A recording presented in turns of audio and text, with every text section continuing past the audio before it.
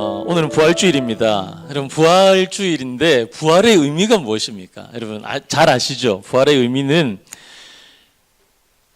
제2위 되시는 성자 하나님께서, 하나님의 아들 되신 예수 그리스도께서, 잘 오셨습니다. 하늘의 보좌를 버리시고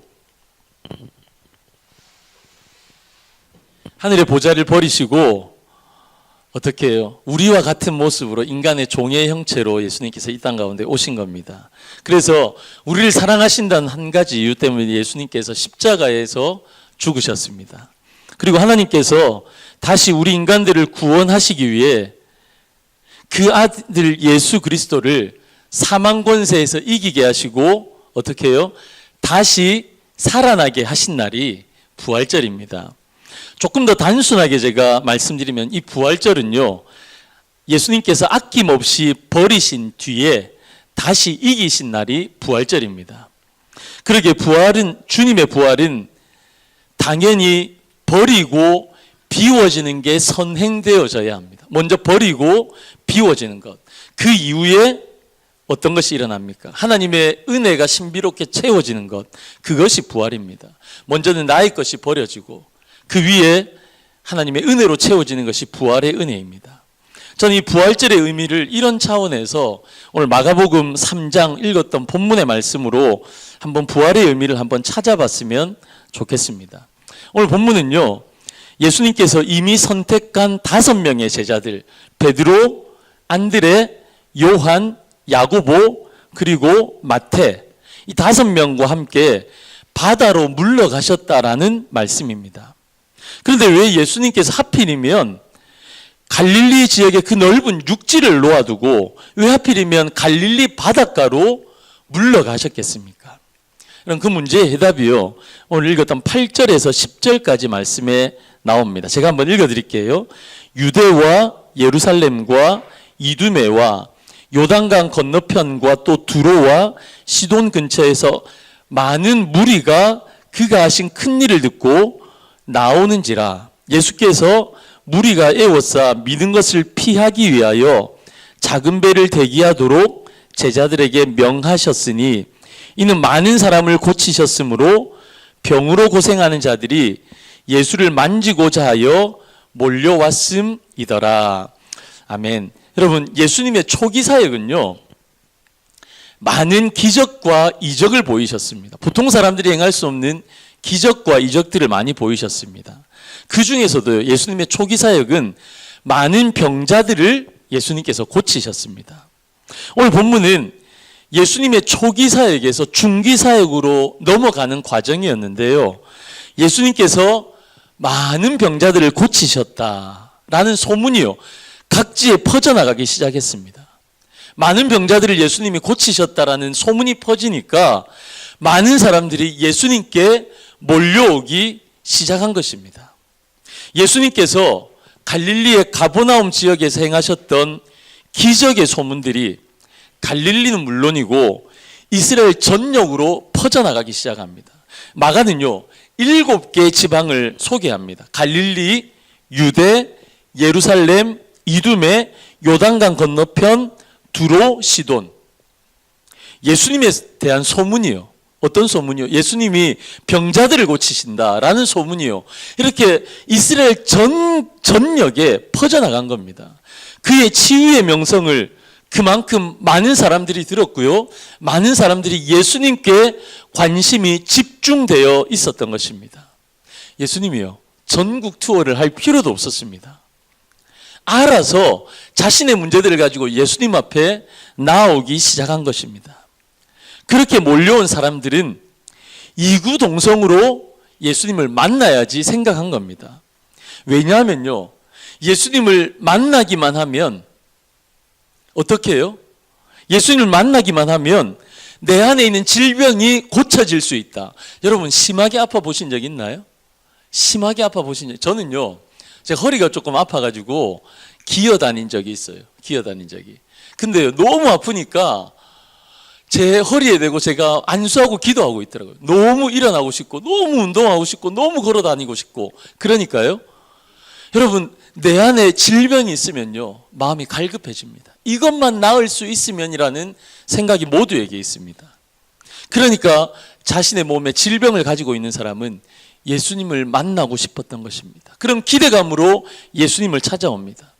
여러분, 내 인생의 문제 가운데 나 스스로 해결할 수 없는 문제가 너무 많습니다. 여러분, 우리는 하나님이 아닙니다. 우리는요, 연약한 사람들입니다. 그러니까 내가 할 수 있는 일이 정해져 있습니다. 그 영역 밖은요, 내가 할 수가 없는 거예요. 이런 우리의 인생의 문제들 속에 예수님을 만나면 문제가 해결되어진다라는 간절함이 있어서 사람들은 예수님 앞에 몰려옵니다.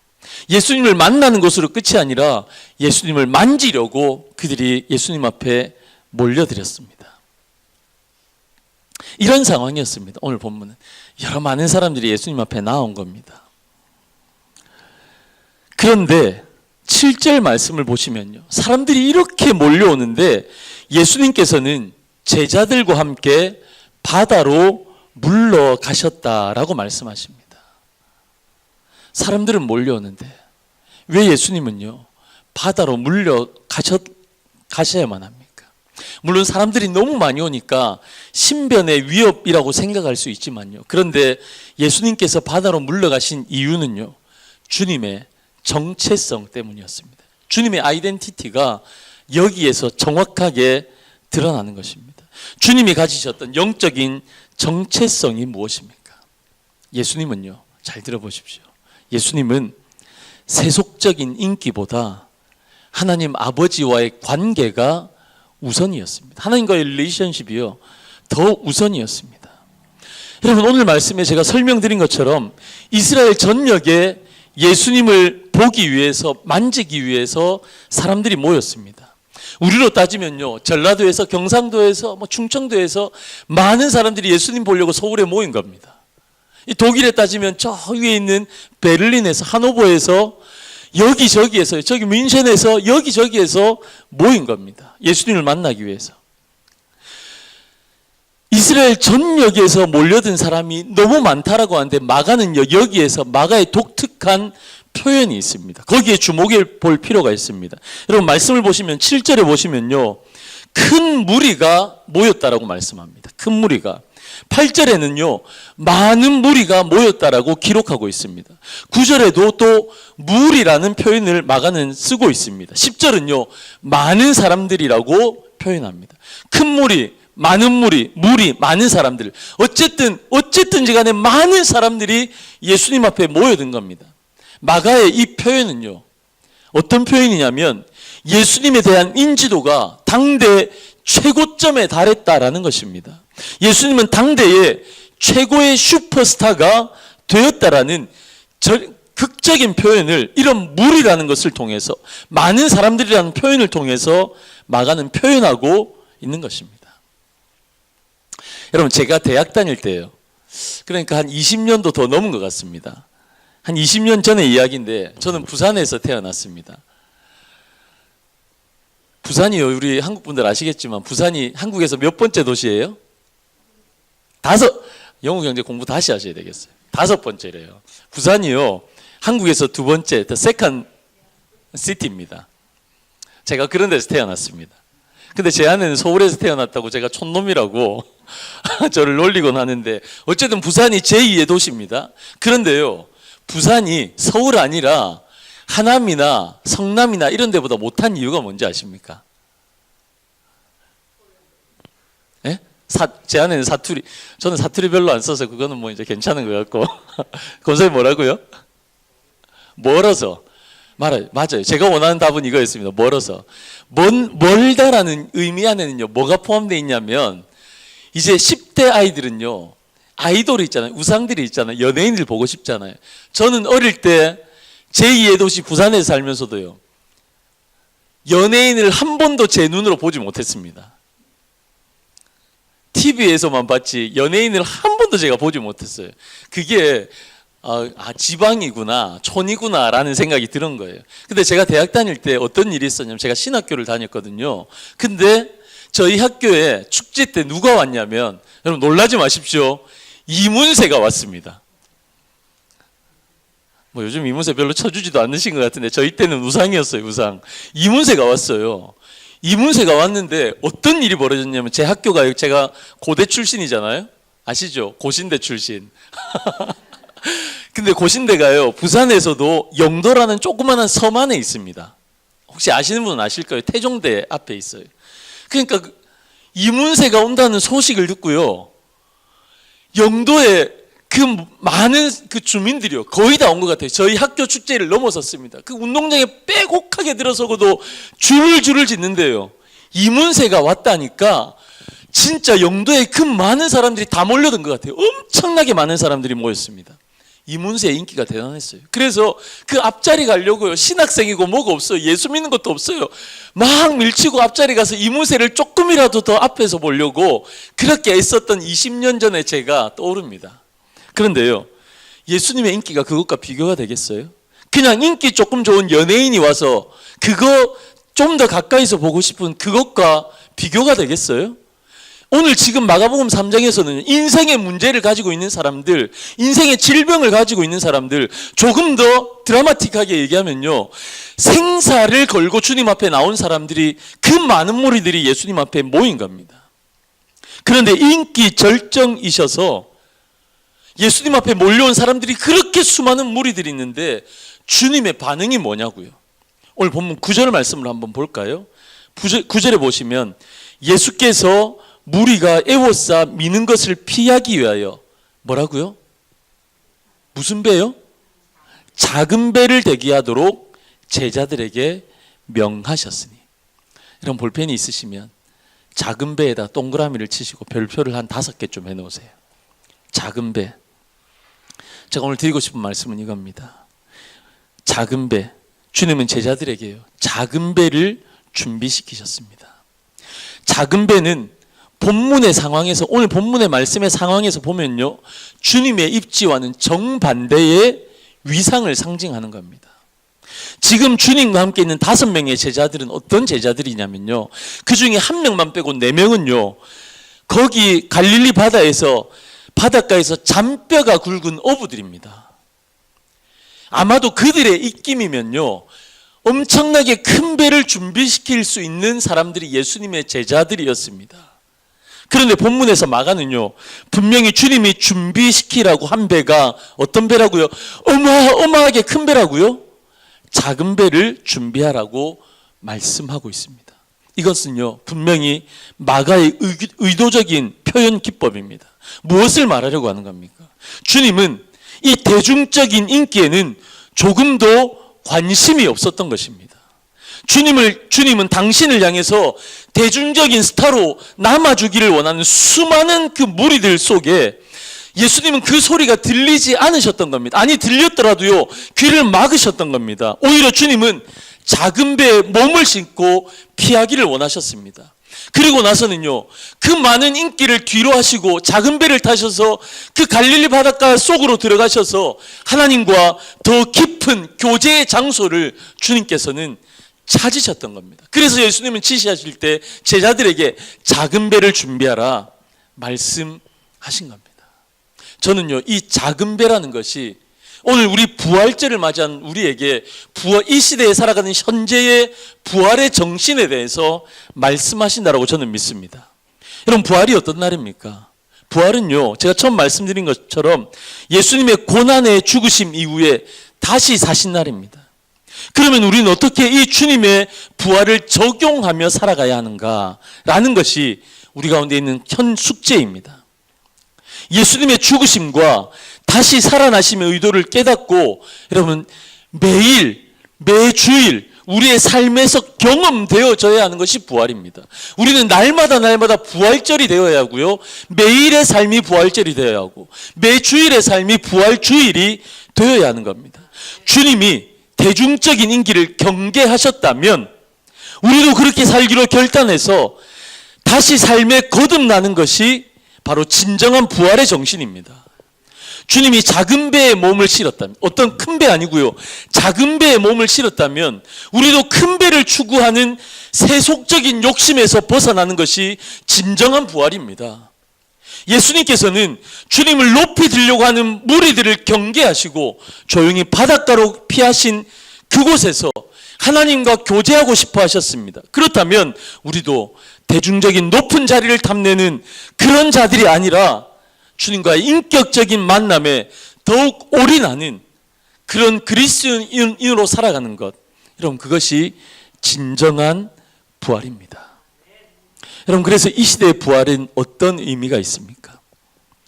여러분, 저는 우리가 이랬으면 좋겠습니다. 이런 부활의 정신으로 날마다 살아갔으면 좋겠습니다. 여러분, 혹시 여러분들의 삶 가운데서 주일날 예배에 나오시는데 교회에서 많은 일들로 인해서 예배의 감격을 느끼지 못하고 계십니까? 분주한 일들 때문에 예배의 감격, 하나님의 임재를 경험하지 못하고 계십니까? 그렇다면 매주일마다 나오셔서 다시 예배의 감격으로 거듭나는 것, 여러분, 그것이 부활입니다. 세상 속에서 주일을 지나고 월요일이 되면 우리는 세상 속으로 나아갑니다. 여러분들의 세상이 있을 것입니다. 그것이 여러분들의 부대일 수도 있고요, 여러분들의 직장일 수도 있고요, 여러분들의 가정일 수도 있고요. 우리 자매님들, 집사님들, 권사님들은요, 설거지하고 남편을 위해서 밥하는 것일 수도 있습니다. 여러분들의 일상적인 속에서 부활의 정신으로 살아가는 겁니다. 여러분, 그냥 눈 뜨니까 출근하고 점심시간, 오전에는 점심시간 기다리다가 점심 먹고 오후에는 퇴근시간 기다리다가 퇴근시간 되니까 퇴근해서 집에 가고 집에 가서 TV 조금 보다가 컴퓨터 조금 보다가 잠 오니까 자고 또 내일 일어나니까 출근하고 아무런 인생의 동기도 없고 주일에 예배는 드렸지만 세상의 삶 속에서 생명력 없는 그리스도인으로 우리가 혹시 살아가고 있다면 여러분, 주님과의 인격적인 깊은 교제를 통해서 우리가 새로워지는 것, 우리의 일상 속에서 주님을 만나고 주님을 경험하고 주님의 부활의 정신으로 살아가는 것, 그것이 진정한 부활입니다. 할렐루야. 세상의 모든 사람들이 출세와 성공을 위해서 살아갑니다. 더 많은 소유를 얻기 위해서 살아갑니다. 더 높은 포지션에 오르고 싶어서 살아갑니다. 이 6면요, 이 7 되고 싶고요. 여러분, G11이면요 13이 되고 싶고요. 여러분, 더 높은 곳, 한국에서는요 서민 아파트에 살다가 타워 팰리스 한번 살아보는 것이요 사람들의 꿈이고 소원입니다. 공부하는 학생들은요 공부 잘해서 대기업 삼성, LG 들어가는 것이 그들의 소원입니다. 여러분, 세상 사람들은요 어떻습니까? 자신의 성공과 출세, 더 높은 곳에 올라가고 싶고 더 많은 것을 소유하고 싶고 더 누리며 살아가고 싶고 그런 것으로 살아가지만, 그런데 어떻습니까? 우리는요, 예수를 믿는 사람은요 다시 예배의 감격과 말씀의 결단으로 살아가면서 하나님, 나의 것이 아닙니다. 내가 성공하는 것이 아닙니다. 하나님의 영광을 위해서 사는 것입니다. 믿음으로 고백하는 그런 삶을 살아간다면요, 그것이 무엇입니까? 부활의 정신으로 부활하는 모습으로 살아가는 사람들입니다. 여러분, 저는 바로 이런 은혜를 깨닫는 것이 진정한 부활이라고 믿습니다. 여러분, 우리는 그렇습니다. 부활이라는 건 먼 미래에 주님께서 오셔서 부활한다고, 부활은요 자꾸만 미래형으로 생각합니다. 주님의 첫 부활이, 주님께서 첫 번째 부활의 열매가 되셔서 우리도 미래에 그렇게 부활할 것입니다. 잠자던 우리의 육체가 일어나고 우리의 영혼이 함께 이렇게 모아져서 진정한 부활, 영화의 상태로 우리가 들어가게 될 것입니다. 그런 미래의 부활이 있기 때문에 우리는 여전히 소망을 가지고 사는 것입니다. 그런데 여기만 알면요, 부활은 반쪽짜리입니다. 부활은요 지금 현재형입니다. 지금 현재형에도 우리의 부활은요 계속해서 부활의 삶을 살아가는 겁니다. 지금 현재 내 삶의 무너진 부분을 주님과의 깊은 인격적인 교제 속에서 회복하는 것이 지금 현재형의 부활의 모습으로 살아가는 것입니다.